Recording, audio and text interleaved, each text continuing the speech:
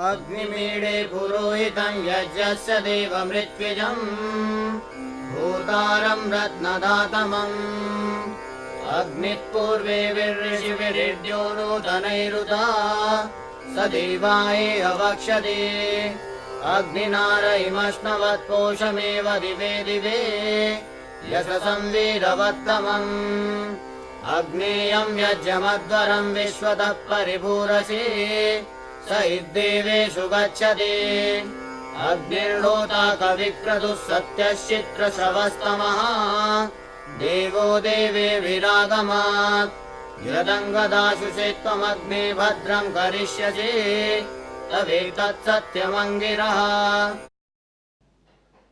क्योंकि 4 ही व्यक्ति उस परिवार के अंदर थे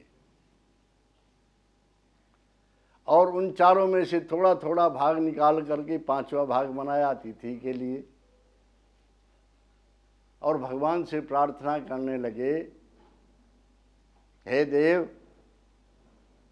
आपकी कृपा हो जाए, कोई अतिथि दरवाजे पर आ जाए, उसको भोजन करा के हम अपना भोजन ग्रहण करें। तभी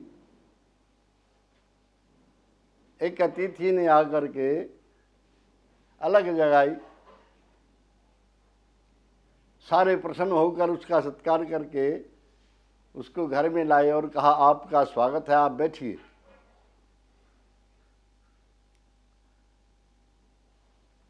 उसको जल दिया पैर वगैरह धोने के लिए और फिर उसके सामने जो उसका भाग सत्तू का था वह रख दिया।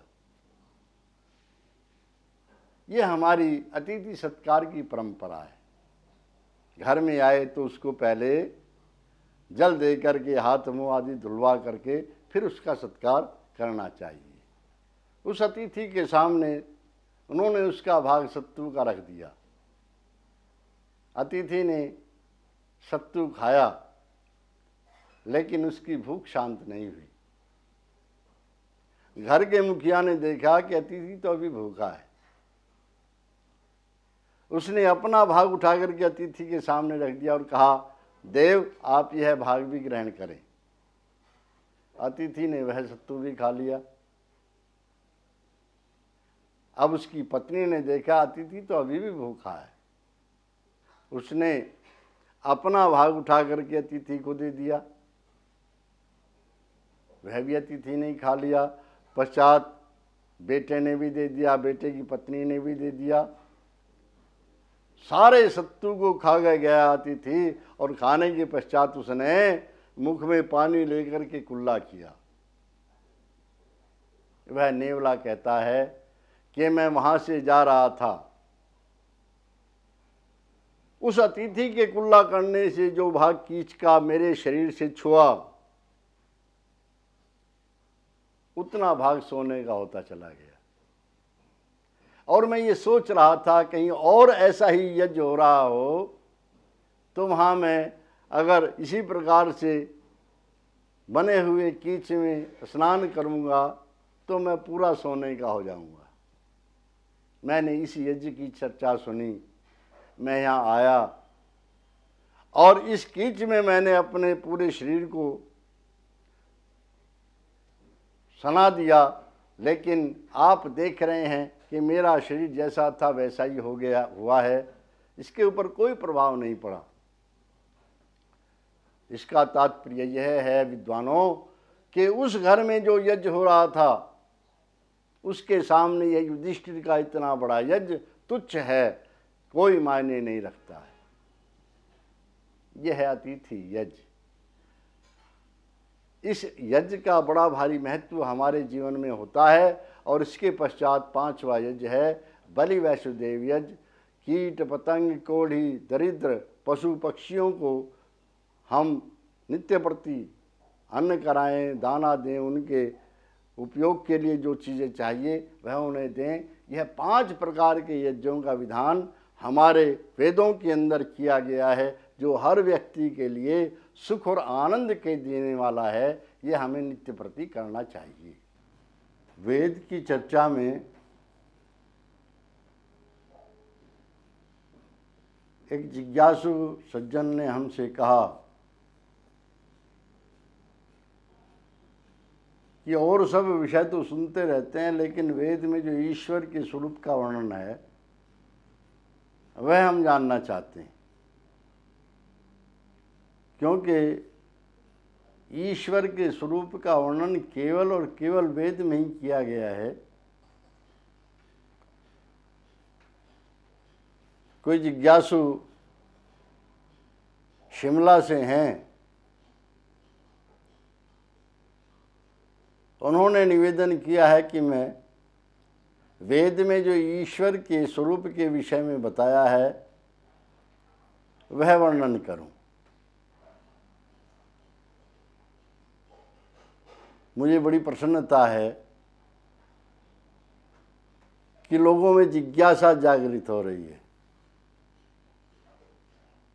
आप सबसे भी निवेदन है कि मैं आपका मित्र हूं, यह विचार करके एक मित्र से दूसरा मित्र पूछ रहा है। आप भी अपने मन की आशंकाओं को, प्रश्नों को, जिज्ञासाओं को मुझ तक पहुंचाएं। यदि मैं जानता हूँगा तो मैं अवश्य उनके उत्तर दूंगा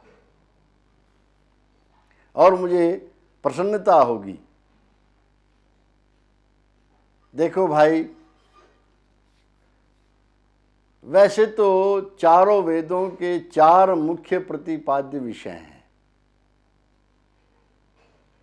ऋग्वेद का विषय ज्ञान है। ज्ञान किसे कहते हैं? यथार्थ दर्शनम ज्ञानम इति। किसी वस्तु को यथार्थ रूप में देखने का नाम ज्ञान है। और देखने का माध्यम होता है वस्तु के गुण। कोई वस्तु केवल गुणों के द्वारा जानी जाती है।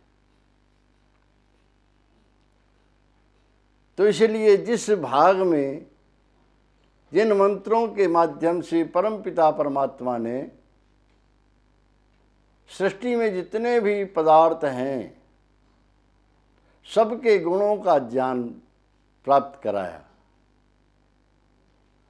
उसको ऋग्वेद के नाम से जाना जाता है।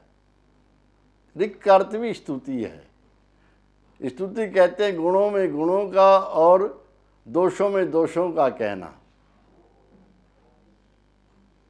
अग्नि में क्या गुण है, वायु में क्या गुण है, जल में क्या गुण है, पृथ्वी में क्या गुण है, ईश्वर के क्या गुण हैं, जीव के क्या गुण हैं,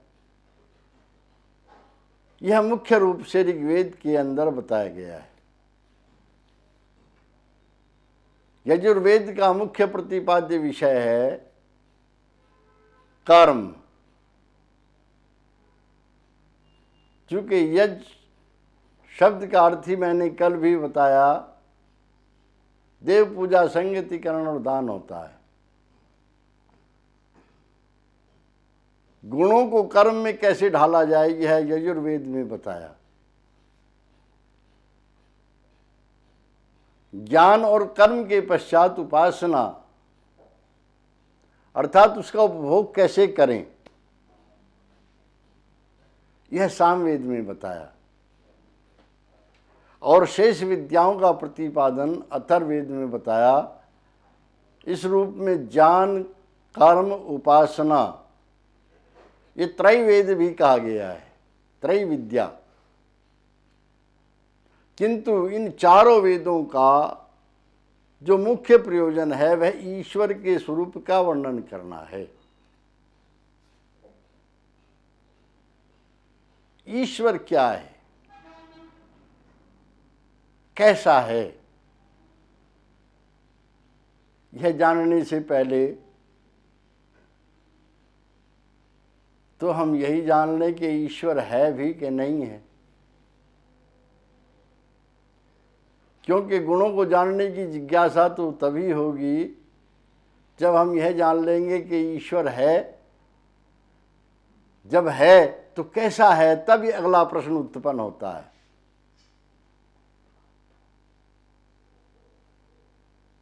विज्ञान का भी यही नियम है। पहले किसी वस्तु को इस रूप में मानते हैं कि वह है या नहीं है, फिर उसके ऊपर अनुसंधान प्रारंभ करते हैं कोई परिकल्पना करके। वेदांत दर्शन का प्रारंभ ही यहां से हुआ था, तो ब्रह्म जिज्ञासा। दूसरे दर्शनों के द्वारा विभिन्न प्रकार के विषयों का ज्ञान प्राप्त करने के पश्चात, दूसरे दर्शनों के द्वारा विभिन्न विषयों का ज्ञान प्राप्त करने के पश्चात अब ब्रह्म की जिज्ञासा को शांत किया जाता है कि ब्रह्म है कि नहीं है। और सबसे पहले ब्रह्म का जो स्वरूप कहा जाता है, ईश्वर का जो स्वरूप कहा जाता है, सत चित आनंद, तो सत स्वरूप का निरूपण किया। सत का अर्थ है जो था, है और रहेगा, त्रिकाल बाधा रहितम सत, जिसके अस्तित्व से इनकार नहीं किया जा सकता, जिसको आप माने तो भी अस्तित्व सिद्ध हो, जिसको आप न माने तो भी अस्तित्व सिद्ध हो। आप सोच रहे होंगे मानने पर तो अस्तित्व सिद्ध हो ही जाता है। मानते तभी हैं जब अस्तित्व को हम स्वीकार कर लेते हैं, किंतु न मानने पर उसका अस्तित्व कैसे सिद्ध होता है। तो मैं कहता हूं भाई,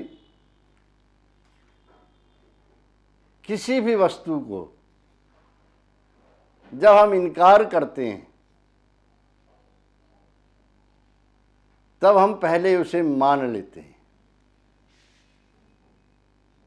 उदाहरण के रूप में आप कोई भी वाक्य लीजिए, वह है से पहले समाप्त नहीं होगा। अमुक वस्तु नहीं, यहां वाक्य समाप्त नहीं है, अवश्य लगाना पड़ेगा। है वस्तु के अस्तित्व का सिद्ध करने वाला शब्द है और नहीं उसको इनकार करने वाला, अर्थात आप मना भी कर रहे हैं और स्वीकार भी कर रहे हैं। तो तात्पर्य ये हुआ कि एक पक्ष को आप इनकार करते हैं। जब हम कहते हैं कि मनुष्य नहीं है, तो प्रश्न उत्पन्न होता क्या नहीं है।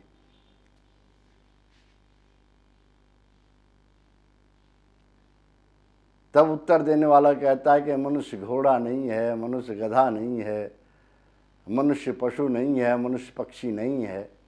बिल्कुल ठीक बात है, इसीलिए आगे है लगा दिया। फिर क्या है? मनुष्य मनुष्य है। ऐसे ईश्वर के विषय में जब हम कहते हैं ईश्वर नहीं है, प्रश्न उत्पन्न होता क्या नहीं है,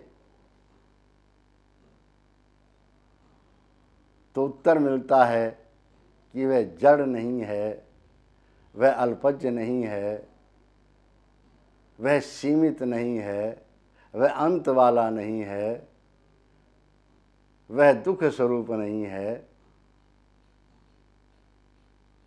इसके विपरीत वह सुख स्वरूप है, आनंद स्वरूप है, वह असीमित है, वह अनंत है, वह निर्विकार है। बहुत सारे उसके अस्तित्व के विषय में गुण आकर खड़े हो जाते हैं। तो इसी रूप में सबसे पहले सत्य के विषय में ऋषि ने चर्चा करना प्रारंभ किया। सच्चित आनंद स्वरूप, वेद में उसके सत्य स्वरूप के विषय में बड़ा विशद वर्णन है। एकम सद्विप्राहुदावंती, वह एक ही है जिसके अस्तित्व से इनकार नहीं किया जा सकता, जो था, है और रहेगा, जिसे विद्वान लोग अनेक रूपों में वर्णन करते हैं। अग्नि भी उसका नाम है, वायु भी उसका नाम है, मातृश्वा भी उसका नाम है, यम भी उसका नाम है। अनेक नामों से वह जाना जाता है। कैसे उसका अस्तित्व सिद्ध हो? जन्मादस्य यतः, कि देखो तीन चीजें हैं इस सृष्टि की उत्पत्ति, इसका पालन और संग्रह। देखो तीन चीजें हैं इस सृष्टि की उत्पत्ति, इसका पालन और संहार। इन तीनों का जो करने वाला है वह ईश्वर है। इन तीनों बातों में सबसे पहली बात कोई आज का पढ़ा लिखा समाज स्वीकार नहीं करता। कहते हैं सृष्टि के उत्पन्न करने में ईश्वर को मानने की कोई आवश्यकता नहीं। क्यों भाई? कि यह तो अपने आप उत्पन्न हो गई। मैं उनसे प्रश्न किया करता हूं, भाई कोई भी जो नियमबद्ध चीज है, नियमबद्ध रचना है, वह क्या अपने आप उत्पन्न होती हुई देखी जाती है? क्या घड़ी अपने आप बनती हुई देखी जाती है? क्या मोटर कार अपने आप बनती हुई देखे जाते हैं? क्या हमारे जो कला यंत्र हैं वे अपने आप बनते हुए देखे जाते हैं? हम जिनको अपने जीवन में उपयोग करते हैं, अपने घरों में रखी हुई हर वस्तु को देखो, फर्नीचर है आपका, दरवाजे हैं, खिड़कियां हैं, मकान है, ईंट है, पत्थर हैं जो लगे हुए हैं, क्या अपने आप व्यवस्थित हो गए हैं? आपको उत्तर मिलेगा नहीं। नियमबद्धता, व्यवस्था ये स्वतः नहीं होती हैं, ये चेतन की अपेक्षा रखती हैं। ये तो एक छोटी सी नियमबद्धता की बात मैंने बताई जो हम देखते हैं सामान्यतः। लेकिन आप थोड़ा सा और गहराई में जाएं, दो विरोधी शक्तियां हैं, क्या अपने आप मिल जाएंगी? क्या जल और अग्नि एक साथ अपने आप आ जाएंगे?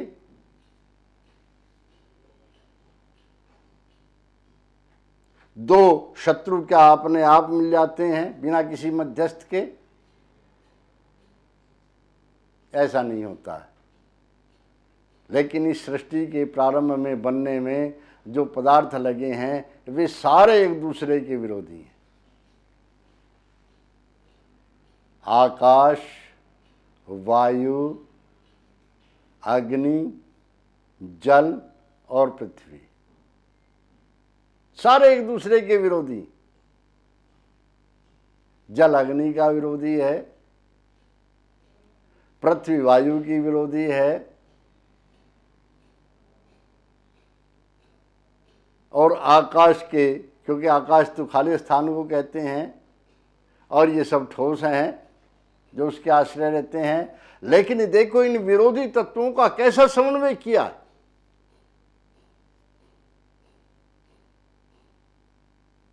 इन्हीं के संयोग से, इन्हीं को मिला करके सारी उपयोगी चीजें प्रभु ने बना करके हमको दी हैं। आकाश से वायु, वायु से अग्नि, अग्नि से जल, जल से पृथ्वी। और देखो वेद को जब आप पढ़ेंगे तो आप कहेंगे हे प्रभु आपकी कैसी अद्भुत लीला है, आपके सिवाय और कौन इसको जाना सकता है। ये जितने भी तत्व हैं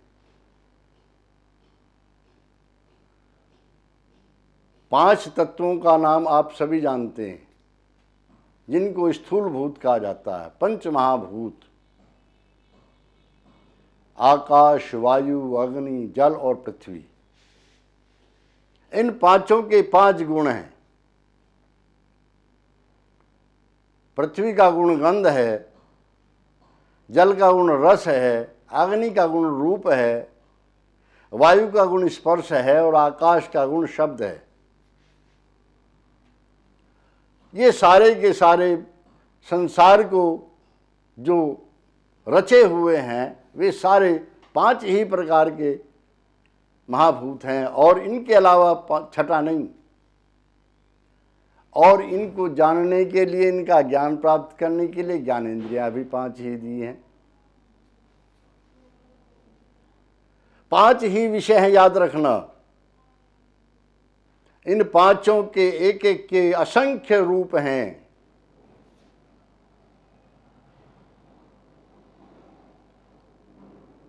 पृथ्वी का गुण गंध है, गंध के न जाने कितने रूप हैं, न जाने कितने रूप हैं। हर वस्तु की गंध अलग है। और देखो, हम देखते हैं टीवी के ऊपर दिखाते हैं जंगलों का, जानवरों का, तो आजकल सब जान गए, बच्चे भी जान गए कि जो जंगली जानवर होते हैं वे गंध के आधार पर ही अपना शिकार करते हैं। हर एक प्राणी की गंध अलग, हर वस्तु की गंध अलग। उस गंध के आधार पर ही हम कह देते हैं कि यह अमुक वस्तु है। असंख्य रूप गंध के हैं, असंख्य प्रकार गंध के हैं। जल का गुण रस है। यह गंध गुण नासिका के द्वारा जाना जाता है। इसको घ्राणेंद्रिय भी कहते हैं। हर वस्तु की गंध अलग है और परमात्मा ने कितनी कृपा की कि उस गंध को ग्रहण करने के लिए एक इंद्रिय बनाकर के जीव को दी, जिसे घ्राणेंद्रिय कहते हैं। उसी के द्वारा हर प्रकार की गंध की पहचान होती है और ये हर प्राणी के पास में घ्राणेंद्रिय है। दूसरा महाभूत है जिसे हम जल कहते हैं। इस जल का गुण है रस। रस के भी असंख्य प्रकार हैं। इसी के आधार पर हम वस्तु को जानते हैं। खट्टा मीठा चरपराई नहीं है, खट्टे मीठे के भी सैकड़ों प्रकार हैं। हम मिठाई खाते हैं, हर मिठाई मीठी है। रसगुल्ला भी मीठा है, पेड़ा भी मीठा है, कलाकंद भी मीठा है, बालूशाही भी मीठी है, और जो भी हम मिठाई खाते हैं सब मीठी है। लेकिन सबका मिठास अलग अलग है। अगर किसी ने कोई चीज़ खाई हुई है, वो आंख बंद करके खा करके बता देगा यह तो अमुक चीज़ है। स्वाद सबकी अलग हैं, रस अलग हैं। इन रसों को ग्रहण करने के लिए परमात्मा ने रसेंद्रिय दी है, जिसे हम जिह्वा का अग्रभाग कहते हैं। सब प्राणियों के पास है। तीसरा पदार्थ है जिसे हम अग्नि कहते हैं। इस अग्नि का गुण है रूप। इस रूप गुण को ग्रहण करने के लिए परमात्मा ने दृश्येंद्रिय दिए, जिसे हम आँख कहते हैं। लेकिन इस रूप के भी असंख्य प्रकार हैं, असंख्य प्रकार का रूप है।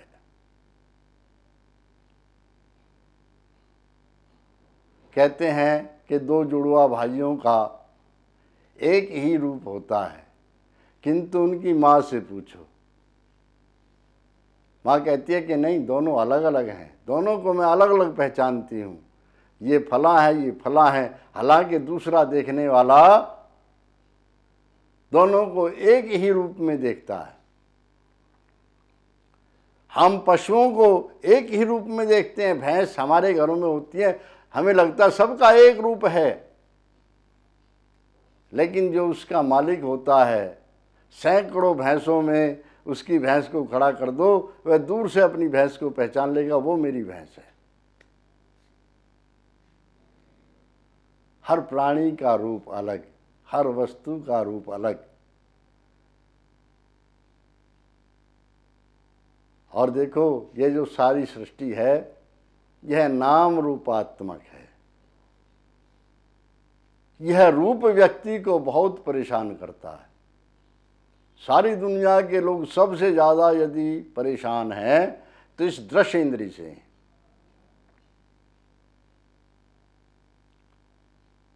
बहुत बढ़िया मकान बना रखा है, कोई कमी नहीं, बहुत बढ़िया रह रहा है, लेकिन जैसे ही पड़ोस में या कहीं दूर अपने से अच्छा बना हुआ मकान देखा मतलब दृश्येंद्रिय से देखा, रूप देखा, बस रातों की नींद गई। वैसा ही मकान बनाऊंगा। अब अपने मकान को तुड़वा करके नया नक्शा बना करके फिर बना रहा, सारा जीवन इसी में परेशान। कई पूंजीपतियों का सुनते हैं कि 100,000 करोड़ में मकान बनाया, किसी ने इतने 1000 करोड़ में मकान बनाया। मकान का काम तो भाई केवल रहने का है। मुझे बड़ी हंसी आती है जब मैं कभी किसी से सुनता हूँ, मैं तो एक कमरे में रहता हूँ। भाई मुझे दुनिया का वो आदमी दिखा दो जो एक से अधिक कमरे में रहता हो एक समय में। आप चाहे 1000 कमरे बनवा लें, लेकिन आप उसमें से रहेंगे तो एक ही कमरे में एक समय में। एक समय में 2 कमरों में आप कैसे रह जाएंगे? जब दूसरे कमरे में होंगे तब भी वो एक ही कमरा होगा। एक समय में व्यक्ति एक ही कमरे में रहेगा। अब कमरा बदले कि न बदले इससे क्या फर्क पड़ता है? एक ही जोड़ी कपड़े पहनता हूं भाई, सभी एक ही जोड़ी कपड़े पहनते हैं। चाहे आप 1 लाख जोड़ी कपड़े बनवा लें, लेकिन पहनेंगे तो एक ही जोड़ी। उसके स्थान पर दूसरा पहने के न पहने, इससे क्या फर्क पड़ता है? लेकिन ये दृश्य इंद्रिय हमें परेशान रखती है। हमसे ज्यादा खूबसूरत किसी के पास में कोई चीज नहीं होनी चाहिए। ये आंख ना हो तो काहे का दुख दर्द। कहते हैं आंख भी रहे और दुख भी समाप्त हो जाए। विवेक पैदा कर लो भाई, जान पैदा कर लो कि इसका काम तो देखने का है, और जो देख रहे हैं चाहे अच्छा है चाहे बुरा है, वह तो सब अनित्य है, नश्वर है। तो फिर ये आगे कुछ भी दिखाती रहे, उसके ऊपर प्रभाव नहीं पड़ेगा। लेकिन मैं आपको कह रहा था कि परमात्मा ने अग्नि के रूप गुण के द्वारा इस सृष्टि के सब पदार्थों को रूप प्रदान किया, और उसको ग्रहण करने के लिए जीव को एक इंद्रिय दे दी, जिसका नाम दृश्य इंद्रिय है। अग्निमीडे पुरोहितं यज्ञस्य देवमृत्युजम् भूतारं रत्नदातमम् अग्निपूर्वे वीर्षिभिर्यो नूतनैरुता स देवाय अवक्षते अग्निनारहिमश्नवत्पोषमेव दिवे दिवे यशसं वीरवत्तमम् अग्नेयं यज्ञमध्वरं विश्वतः परिभूरसि स इद्देवेषु गच्छति अग्निर्होता कविक्रतुः सत्यश्चित्रश्रवस्तमः देवो देवेभिरागमात् यदङ्गदाशुषे त्वमग्ने भद्रं करिष्यसि तवेतत्सत्यमङ्गिरः उपत्वाग्ने